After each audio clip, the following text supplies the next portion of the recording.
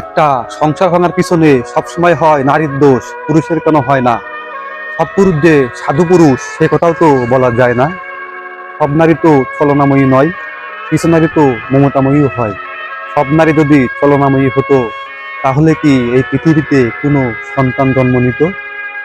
আমরা সবসময় দিই নারীর দোষ, পুরুষের কি কোনো দোষ নাই? ভালোভাবে খোঁজ নিয়ে দেখো, শুধু নারীর একার দোষে কোনো সংসার ভাঙে নাই।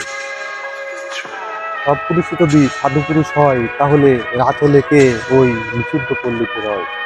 আমরা সবসময় দিই নারীর দোষ আর পুরুষকে রাখি ওই শিখে তুলে।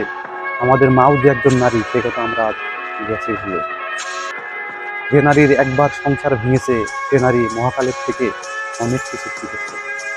কোনো নারী দ্বিতীয় সংসার হলে সে নারী ওই সংসারটাকে মাথার উপর রাখে তুলে। আমরা যারা ডিভোর্সি মেয়েকে বিয়ে করতে পারছি হয়, মনে রেখো এই ডিভোর্সি নারী খুব সহজে আমাদের মন করে নিয়ে যায়।